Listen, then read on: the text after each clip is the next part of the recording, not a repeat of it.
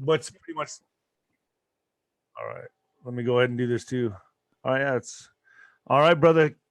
I am with Shawn Ray here on Nino's Corner.tv. I appreciate you joining me, man. I came across your channel by accident. I was looking into PTSD and social anxiety therapy, and I came across you, and I started watching your videos, man. And I got to tell you, you gripped me, dude. It was very compelling. It's like you're a man after my heart, brother. And I just started listening to you, and I was like, wow. I suffer from the exact same stuff that you suffer from. It's been pretty enduring, pretty hard for me. So I wanted to bring you on to my audience, introduce you to my audience, and get your outlook a little bit about your background, about being a Navy SEAL, how you handle social anxiety, how you handle PTSD, and your kind of scope on the political environment right now, how you see everything panning out, and we can go from there. Well, thanks for having me on, man. I really appreciate it. And let's dive in. What do you want to talk about first? Well, first off, man, let's do a little bit of your background. First of all, I want to say thank you, bro. Thank you for coming on my show, man. It's an honor, bro, to have a Navy SEAL on here. I've been talking to Michael Jaco, a few others. I respect what you guys do, and thank you for serving this great country. Oh, thank you for saying that. I really appreciate that. Absolutely. It's a pleasure to be here. Absolutely. So how long ago did you when did you decide that you wanted to be a Navy SEAL? When did that even embark? When did you embark on that? It kind of started, I went in right after high school, graduated high school in May, left to the Navy in early July. Actually, I think July 4th. July 4th was my first day at basic training and boot camp. And I was just kind of a turd in high school, man. I didn't really do much but drink beer and chase women around, you know what I mean? And my parents didn't really approve, and kind of got a talking to, like, hey, you know, we're not going to pay for your school. And it was a little harsher than that, but I said, I don't really give a shit if you're going to pay for my school. I'm going to go in the military. And they were like, what are you going to do? And I said, yeah, I'm going to go be a SEAL. And holy shit. Yeah, and I weighed like, I don't know, $130, $140 back then. And so I went in right in. Let me ask you something. Are the SEALs, are you guys big in stature? Or most of you about mid height? Because I can't imagine doing all that aerobic activity and being like a big dude like me. I'm 6'5". I would probably suffer in that. I mean, it seems to me like it's more of I would say like a mid-size range SEALs, to be more agile, do the things you have to do. I can't imagine a dude my size. I mean, are there guys my size in the SEALs? Oh yeah, man. Really? There are. It's there's all types, you know, and I wouldn't say there's necessarily like a specific mold for it. I mean, it's all mental toughness, right? It's all mental. It's all mental. Like what breaks me, you know, might not break you, and what breaks you isn't going to break me, you know. And guys of your stature, I'm going to guess you're probably not the fastest runner, you know what I mean? And maybe something like the yoke horse. Depends if the cops are involved. Right on, man. But you know, everybody's got their thing. A lot of the bigger guys, the cold doesn't really bother them as much as like this, you know, skinnier guy like me. Hypothermia sets in a lot faster, shit like that. But in the end, it's all, you're gonna find something that fucking sucks, and you're just gonna have to deal with it or get out of the way, you know. Yeah. So explain to me, like, man, for my audience, explain Hell Week. How bad is Hell Week? How bad is that shit? It sucks. It sucks real bad. No sleep. So basically, Hell Week, it's actually not a full week. It's like 5.5, 6 days long. And it's meant to be a gut check, you know, and you kind of start off in this tent, and the anticipation just fucking kills you, because you don't know when the big breakout's going to happen. Breakouts, they bring out guns and like machine guns and throw flashbangs and shit, and you know, it's all right, well, here we go, starting. And and at the beginning, it's just an ass kicker, a lot of log PT, a lot of, they kind of try to pit guys, not specific guys against each other, but they will call you out in front of the class, punish the class because of something that you fucked up, and and they humiliate you, they break you down, and a lot of guys just can't cut it, and like some of the stuff you don't really see on the movies is the chafing and all the stuff under the clothes that's happening as well. Like, they'll have you grab a handful of sand and throw it down your wetsuit and tell you to go for a mile run. And guess what? Guess what that rubs raw, right? Oh, next thing you know, you got no skin on it. They'll let it dry. They'll be like, all right, everybody get out, let's dry out. Well, then guess what? Then your pants get crusted, to your crotch. And then guess where you're going next? You're going in the salt water. And they purposely don't let you sleep, right? Is that true? Yeah, they don't want you to sleep, and they want you to go through the sleep depth. So you might get like an hour or two during the whole week, and you start hallucinating. You start seeing things. You'll start talking to people that aren't there. You'll see your buddies who are out of it talking to people that aren't there, which is actually pretty funny. And and by the end of it, you're completely broken. There's no. How many times did you want to ring that bell? One time. Really? One time. And who talked? Yeah. Someone talked you out of it, or? Yeah, it was the third night of Hell Week, and I'd had enough. I was tired of the cold. I was tired of my skin being rubbed raw, and I was like, man, I'm out. This is, I don't even care about this shit anymore. And you're gonna go back and fucking party. Yeah. And my buddy just kind of slapped me across the face and was like, dude, what are you doing? And so I had a minute to kind of snap out of it. And the only thing I thought of was I didn't want to call my dad and tell him like, hey dad, guess what? I fucked this one up too, so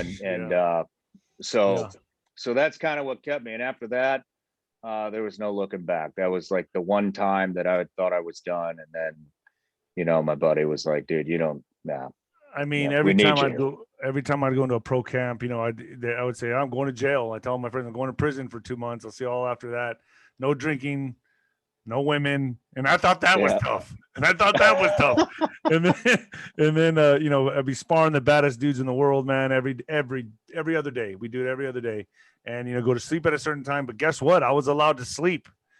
That's why I look at seals. I look at you guys like, man, that Hell Week has got to be excruciating, brutal. Because, man, as an athlete, you're allowed, you got to get your rest. You got to get 8 hours of sleep a night, or you don't perform. It's about performance. And what you're doing, it's all about breaking you down mentally. Yeah. So you have nothing left. Yeah. Well, we're not at, you're training for peak performance, but before you got there, I'm sure you weren't afforded rest and all that. Oh no, fuck! They had me living in the boxing gym. Yeah, they had me living in the boxing gym, washing my clothes in the bathtub. Fucking, even when I was fighting championship fights, my manager would put me in the shittiest fucking crackhead hotel motel, and they'd have me staying there. I'm like, man, is this really necessary? You got to live the Spartan lifestyle, Dave. You got to live the Spartan lifestyle. And it was just like, but see, okay, so let's jump into this. So that gave me PTSD. Boxing gave me PTSD. Boxing gave me social anxiety. I believe that. The stimulation, always having to get in the ring and fight, the constant up and down, gave me massive PTSD and social anxiety. And I have that. And also I got my neck slit open. They came and tried to murder me outside of a bar. And so that also gave me massive amounts of PTSD. Started listening to your video, and you suffer from the same thing. Did you have PTSD before the Navy SEALs, or did you develop that being a Navy SEAL? I think mine is not like a specific event, and no, I didn't have it before I joined the SEAL teams. And it wasn't till and to be honest with you, man, I didn't even start noticing it until many years later, I got out of the SEAL teams in 2006. And then I did right around 9 years over at CIA. I left that. So you were in the CIA? Yeah. I didn't even know CIA. Yeah. And I left CIA and I just started, I didn't have my boys around me. I wasn't operating. I wasn't doing the cool guy shit. I couldn't fucking sleep. I was, it just so that was like more like a job. The CIA. That was more like a job. No, it was really? like deployments, going overseas all the time to shitholes, and doing all kinds of, whatever CIA shit, right? Yeah. And yeah. and then you come home. So usually like a general deployment with that would be go out for 2 or 3 months and on deployment, kind of fly in to DC, get a brief. Hey, you're going here, come back. And then honestly, dude, it was like a 2-month party on the off time. That's not on call. Yeah. I mean, I go training camp and then I would disappear for a month and no one could find me. I'd be in Costa Rica drunk on the beach. No one. Oh yeah, you were right next door. I was down in Colombia. Man, we didn't know each other back then. Yeah, it's probably a good thing. But holy shit. But yeah, I started noticing, I just started having a lot of problems. I didn't like being around people. I ruined all my family relationships. And it took me, a little over a year to kind of realize, man, things aren't going so great anymore. And so I started looking to get some help. Was drinking a factor? Because it was for me. And I was a binge drinker. I was a pretty heavy. I never would admit that I was an alcoholic. I've been sober now for 1 year and 5 months, by the way. And congratulations. Thank you. That changed my life. That changed my life completely. And it took away, I'd say about 60 to 70% of the anxiety and took about 70 to 80% of my depression away. Now I still have social anxiety when I go out because I don't drink anymore, right? I'm not the fun guy anymore. I'm the kind of guy that, Dave's not drinking. People kind of just act very like I'm a fucking buzzkill, basically. Yeah. Now when I go out. So, but I'm doing it for me. Would you contribute a lot of your anxiety, social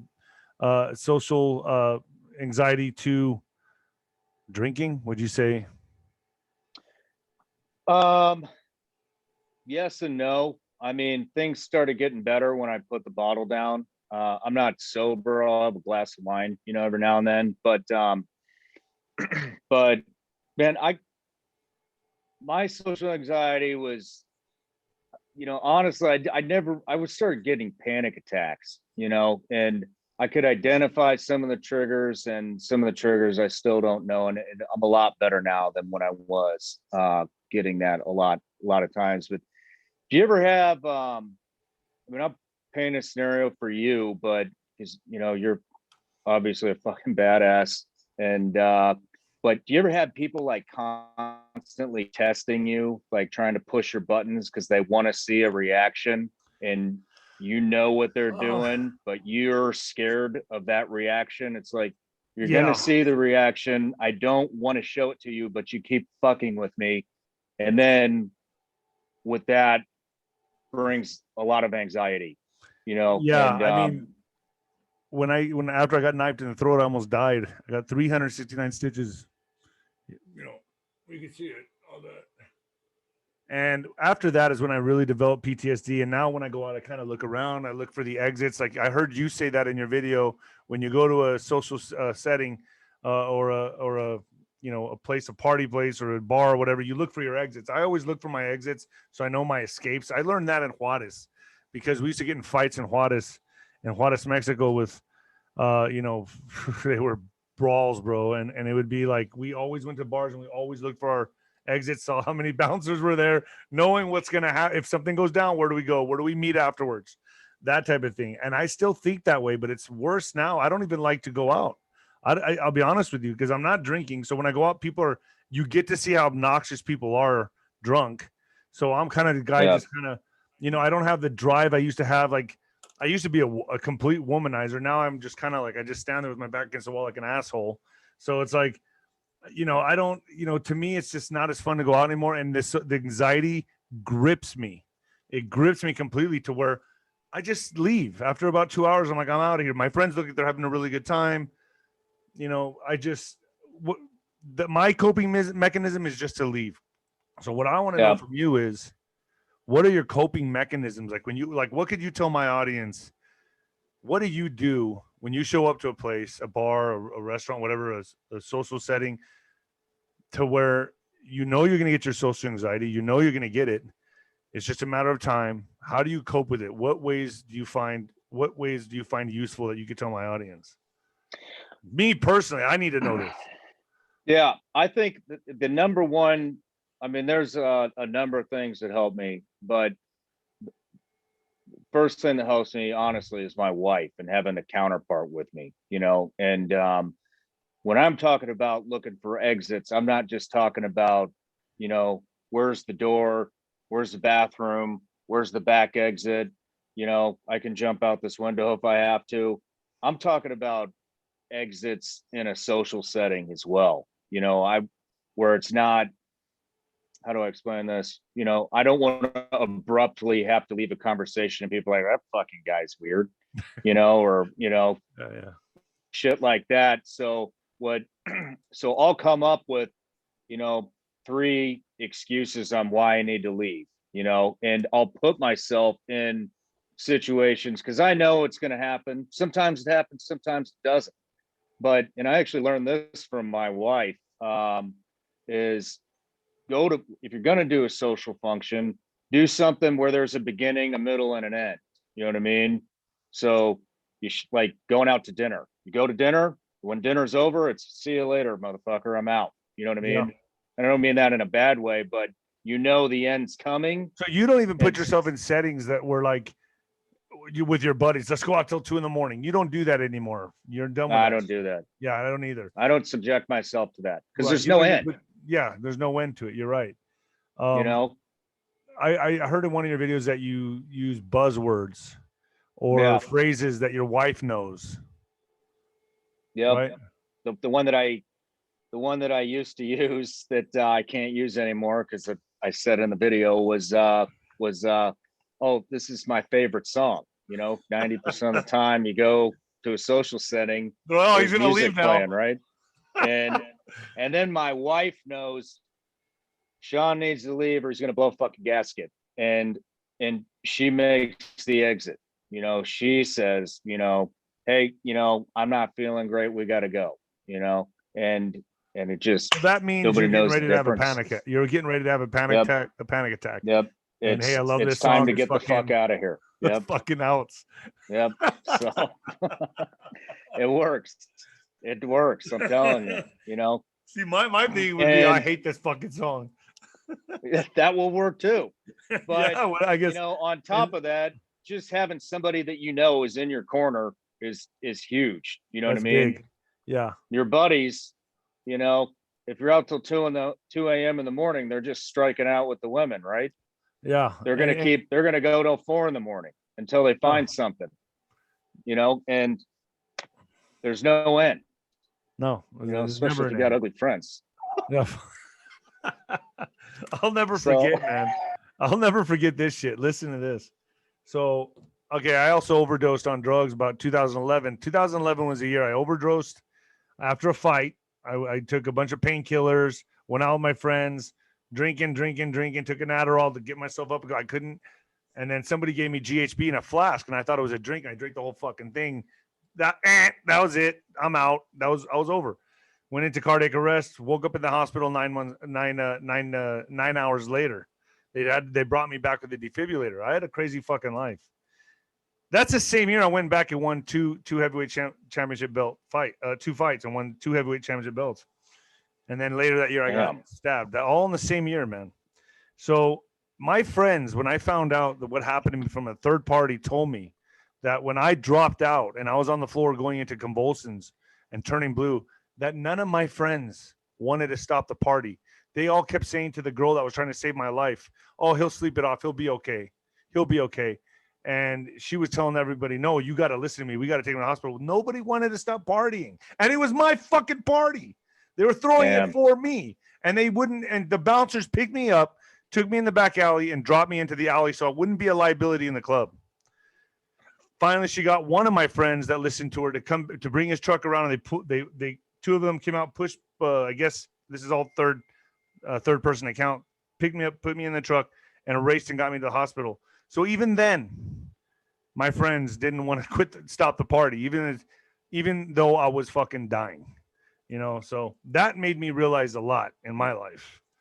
Damn. So, now that that's out of the way, what I want to get some of your views on prepping and what people should be doing. We're living in some times right now that is unpredictable, man. I mean, we all know what time it is, especially someone like you that served their country. I can't imagine how you feel right now with everything that's going on. You know what I mean? You must be sick to your stomach. What do you want to know about prepping? Yeah, I am. It's hard to stomach. You know, I can't stomach it. It's the way everything's changing so fast, and our values and all of that kind of shit. It's just it's like the country's like giving itself a rebrand. I don't know what to say, man. You know, what do you suggest to people? How would you suggest for them to get ready to prep if something happens? What essentials do you need? What kind of weapon would you say is best for a man to protect himself and his family? Like, what would you suggest in that? I mean, as far as weapons are concerned, I mean, there's a lot of shit out there, you know, on the internet, and everybody's trying to sell you something. What you need a handgun, you know, number one. If I was starting from nothing and I was like, shit, I haven't watched the news in a couple of years, I think I might start prepping. Then I think the first thing I would get to protect myself would definitely be like a compact handgun, you know, something like a Glock 19, you know, maybe a SIG 320, something like that, something that you can conceal, but it's not a little tic tac gun. You know what I mean? Something that can hold some rounds and get a good holster for it and get to know it, you know, start using it. Here's my thoughts on this, and just correct me if I'm wrong. I've always thought, like, fuck it, I don't know if I'm a good shot with a handgun, so I'm gonna have a shotgun, so I know that if I fucking aim it towards them, I'm gonna hit something.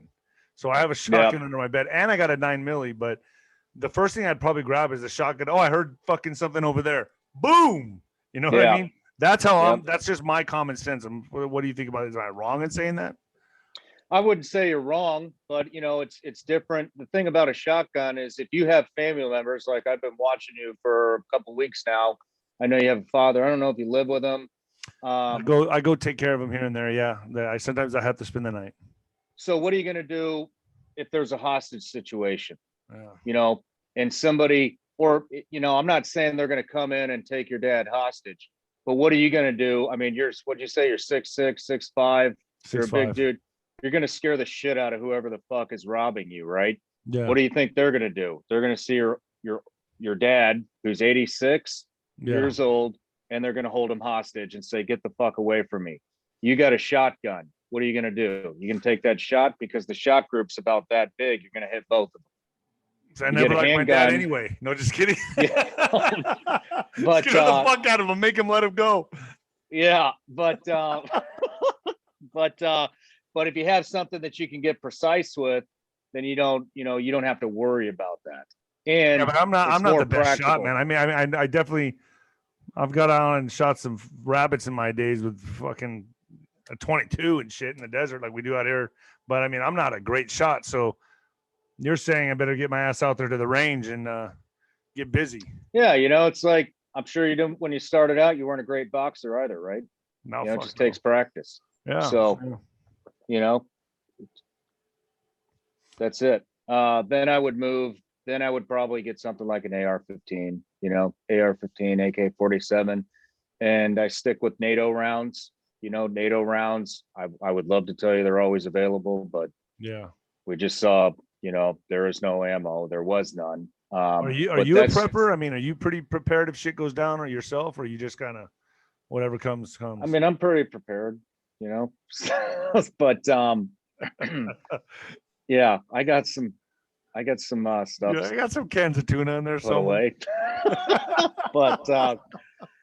But you know, it's literally, you know, food, water, shelter, right, are your basics. And so, you know, protection, you know, we just talked about it. Food, you know, there's all this food that lasts 25 years. You don't have to buy it all at once, but you know, just get yourself prepared. All right, I want to be able to prepare. If you want to starting off, I want to be able to go a week without having to go to the store. That's it. Get yourself food, buy a deep freezer, you know, get yourself enough food for a week, water, you know, shelter, money to pay the bills. You know, I think that's where a lot of people go wrong, is they think when shit hits the fan, it's going to shit the fan all at once and it's going to be all out, everybody, every man for himself. Well, guess what, dude? Shit's hitting the fan, isn't it, right now? And it's not fucking like that, is it? You know what I mean? Yeah. And we're probably going to hit a inflation. recession. Yeah. And if you aren't saving, you're not investing in the right things, then guess what? You're going to be fucking hungry. You know what I mean? So start putting money into other things, maybe, you know, precious metals, maybe food, ammo, guns, all this other shit can be a currency. You know, Are you into speaking of currency? Are you into crypto by any means? Do you invest in crypto at all, or? Yeah, I do. What's your thoughts on my that? ass. Yeah. So, but I don't know what the fuck I'm doing with it, dude. I just got a little here, a little there. I'm like, yeah, XRP. I tell everyone like I know what the fuck I'm talking about. XRP, yeah, XRP. That's it. Nobody fucking knows right now, man. Yeah. Same here. I don't really know what the hell I'm doing, but I read about it a lot. And yeah, I threw some in there. I won some. I lose some. Yeah, it's so unpredictable right now, man. Nobody really knows. We can't really say. I mean, we're in uncharted waters. That's how I see this right now. I mean, nobody fucking knows. You know, I bring a lot of guests on my show that talk about the deep state stuff, and we talk about, you know, Trump could be making a return at the end of the year, maybe not. You know, we don't know. They say it's all military right now. He's in charge of the highest faction of the military. What are your thoughts on everything going down right now? What's your thoughts on Biden, if you care to talk about that? You there? What's that? Phone cut out there for a minute. Oh, okay. Yeah, I see you. You just froze. There you are. Yeah, my thoughts on it. Man, I don't know. You know, it's just 2020 really threw everybody, and I've seen the propaganda machine in a lot of other countries, and I know how powerful it is. And then I never thought the propaganda machine would be this fucking bad here in our own country. And you know, it's kind of to the point where I don't know what to believe, man. You know, I don't really believe anybody anymore. Yeah. You know, everybody has an agenda, and everybody's a fucking hypocrite today too. You know, I mean, you know, I'm a conservative. I have conservative views. That doesn't mean I fucking agree with everybody that's a conservative, and I think a lot of them are full of shit. Yeah, you know, and I think a lot of them stir the pot. And you know, and cancel culture right now. You know, we're seeing it right now in our own. You know, the country's completely polarized, and you know, you'll see conservatives bitch about cancel culture, and then they'll go fucking cancel somebody. You know, and nobody's practicing what they preach anymore, and it's just turning into a fucking disaster, man. You know, and it really is. Yeah, it's a shit show, man. And like I said, we've never been here before. I mean, the last time I guess you could say it was a civil war, but we're here now with the technology we have, the population booming. It's just we've never before been in this type of climate, and here we are. And from what I see with cancel culture, another thing I wanted to talk to you about is the emasculation of men. We see it everywhere. We see it on commercials. We see it on movies. What's your thoughts on that, man? Like, you being a Navy SEAL, are you just kind of like, is what it is? Or are you against it? what's your views on that? Like from what you see right now happening to the alpha male is like dying. He's like, I walk around, I feel like I'm like the old school Terminator or some shit. It's like the old model. You know what I mean? It's like I'm non-existent. Like I'm a dying breed. People like us, I feel, are a dying breed. We are. Number one, I'm completely against it. I have my own feelings on why I think some of this stuff's happening, especially in the military, which actually I've never had the opportunity to talk about. So I'm just gonna go down that road if that's okay with you. Go, dude, dive in. Anything goes on this one. My personal belief is, or theory, I should say, is I think that like we're seeing this big time in the military, the kinder, gentler operator, especially in special operations, everybody, to include myself, that we're not focusing on the right fucking things. It's all about, we need to get a woman in here, we need to get gender in here, we need to get this in here, we need to be politically correct and all this other shit. And I'm completely against it. Now, what I think might be happening is there's a shift because tech is becoming so powerful that it's making people like me, we're becoming obsolete. We're not really needed anymore. And you're seeing this in several different aspects of the military or areas of the military, like pilots. I think that's who got hit first, David, before I would go on an op, we would meet, the SEAL team, the platoon, we would meet our counterparts. We would go not only do mission planning, but hang out with the Apache pilots. We'd hang out with the AC-130 Spectre gunship pilots. We'd hang out with the A-10 fast, pilots. We'd hang out with, the infantry ground force that's going to come save our fucking ass if we get hemmed up, because we're only 16 dudes. And what's happening, and so when you do that, you have this human connection. It's hey, I know that motherfucker that's out there on the ground right now. I'm gonna go save his ass. I don't give a shit what the people in DC are telling me to do, or what the people at the Talk HQ are gonna do. And now what's happening is, and it hit pilots first, is technology is moving so fast. There aren't fast movers out there, very often anymore. There aren't as many Apache pilots out there anymore. There aren't, Spectre gunships anymore. They're not out. You know what? It's all fucking drones. It's all drones. And what now. you have, you have is a fucking, a gamer, a fucking nerd sitting in, what I mean, sitting in Las Vegas or wherever the hell they're, running it out of at the time, and they're doing the exact same mission, but there's no human connection.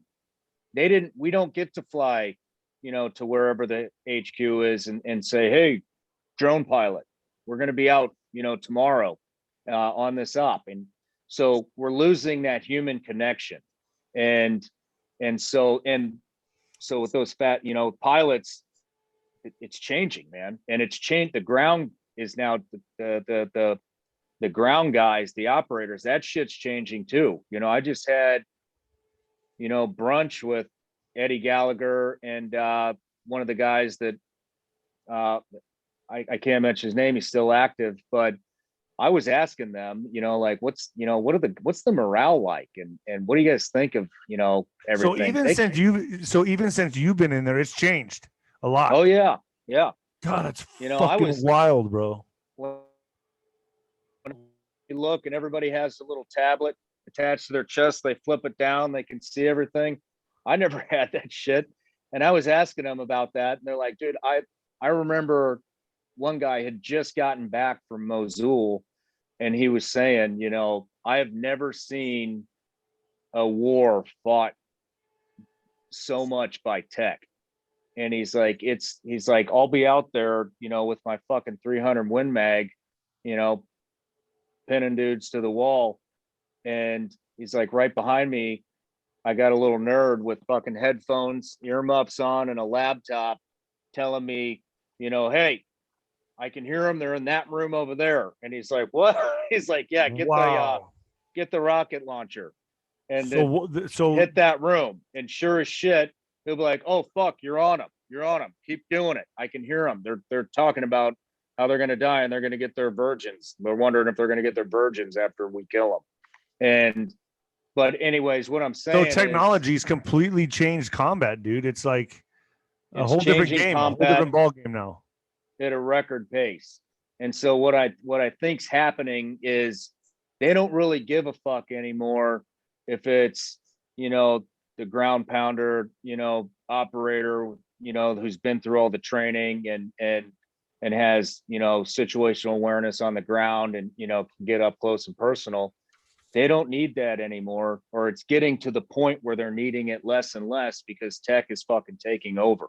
And so we they don't are really give a dying shit breed. if they don't care if it's somebody that can't, you know, do the job the way that we do it, because the way that it's done now is completely fucking different. Maybe you don't need to put people through SEAL training. So Maybe we you need are to a put fucking them dying through a breed. program. We're We're a dying breed. I don't even know with like social media and everything that's happening. I don't know I don't even know how these people even become fighters anymore, because the way I used to train was old school, man. It was different. And I don't know any other way to be a fighter. Like that's it. You got to have a tough life to be a fighter. It's a tough life.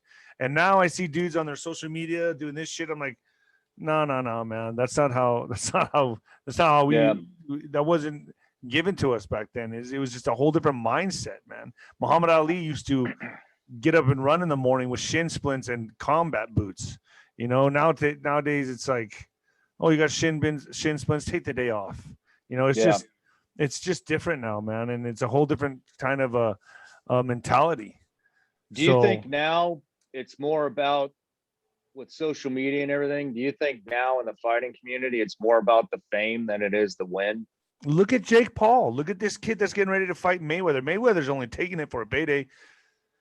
But if you ask me, in the 80s and 90s, that mentality doesn't exist in this mentality. This mentality now is like how many YouTube I mean, the boxing has become a mockery of what it used to be. It's a joke. It's a fucking joke. Everyone cherry picks their fighters that they fight. Back in the day, before Mayweather, pre-Mayweather, you used to have points for championship heart. So when you'd see a fight like Holyfield-Bowe, judges would give you points if you showed your heart. Now, Mayweather developed a style where he just skates through the ring and fucking bing, bing, bing, which, yes, he's boxing beautifully, no doubt about it. He is a beautiful boxer. But people, they used to subtract for that in boxing, because it's like, you know, Pernell Whitaker, to me, is a better defensive fighter than fucking Mayweather, or right there with him. And he didn't win championships the way he would now, because back then he didn't show championship heart. You know, it was a different type of mentality back then. So now everything's changed, man. Just our whole reality is different, you know? And I'm seeing it in sports. Obviously, you just told me about it in combat. That's crazy. And in boxing, yeah, you got like Jake Paul and these guys who the guys they're fighting aren't even boxers. They're fighting guys that were a basketball player. They have no boxing experience, and yet he's pulling in enormous numbers. So yeah, the market dictates everything, but we're a dying breed, bro. We're a dying breed. Yeah. In fact, I'm going to name this video "Dying Breed." The dying breed. Like Shawn, thanks for joining me, man. Can you tell people where they can find you? Yeah, you know, you can just go to Vigilance Elite everything, and we got a YouTube channel. That's kind of our main gig.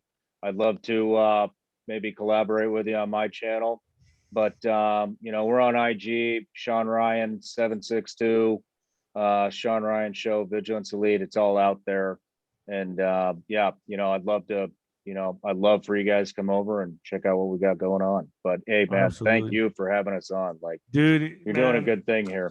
You're a fellow patriot, bro. You're a fucking badass. I love that shit. You suffer from the same shit I do. You caught my attention. I was like, I want this guy on the show, man. So thank you, Shawn, for joining me, bro. It's an honor. Thanks for having me, man. It was a real pleasure. Gracias, amigo. Adios. Take care, brother. But hey, man,